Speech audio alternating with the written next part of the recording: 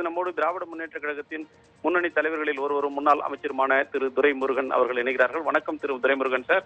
இந்த தேர்தல் ரத்தை பற்றி திமுகவின் கருத்து என்ன சார்? தேர்தல் என்ன பொறுத்த வரையில கேட்டீங்கன்னா, இந்த தேர்தலை ஒரு ரத்து செய்தது நியாயம் தான்.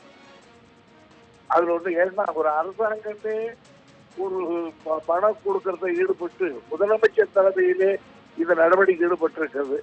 தேர்தல் ரத்து செய்வது மட்டுமல்ல, இதுக்காக இந்த ஆட்சியை மத்திய அரசு கலைக்கணும். இது யார் யார் ஈடுபட்டார்கள், இது தேர்தல் ஊழல் செய்தார்கள், பணம் கொடுத்தார்கள், தேர்தலிலே தவறிவிட்டார்கள் என்று தீர்மானமா ஒரு முடிவுக்கு தேர்தல் கமிஷன் வந்துதான் இந்த நடவடிக்கை எடுத்தது.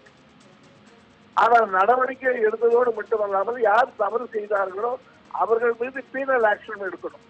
தவறு செய்தவர்கள் மீது தண்டனை வேண்டும், தவறு செய்தவர்கள் தண்டிக்கப்பட வேண்டும் அப்படின்ற கருத்தை சொல்றீங்க. ஆனால் தேர்தல் ஆணையம் இந்த ஒரு ரத்துக்கு பிறகு அவர்கள் ஒதுங்கிக் கொள்கிறார்கள். மாநில அரசு தான் வழக்குகளை நடத்துகிறது. இங்க அரவக்குறிச்சி, தஞ்சாவூர்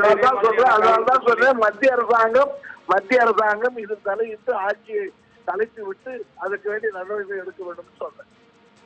மாநில அரசை கலைக்க வேண்டும் அப்படின்னு நீங்க சொல்ற ஒரு கருத்து என்பது ஒரு பாரதூரமான ஒரு விளைவுகளை ஏற்படுத்தாதா? மாநில அரசைக்கு ஒரு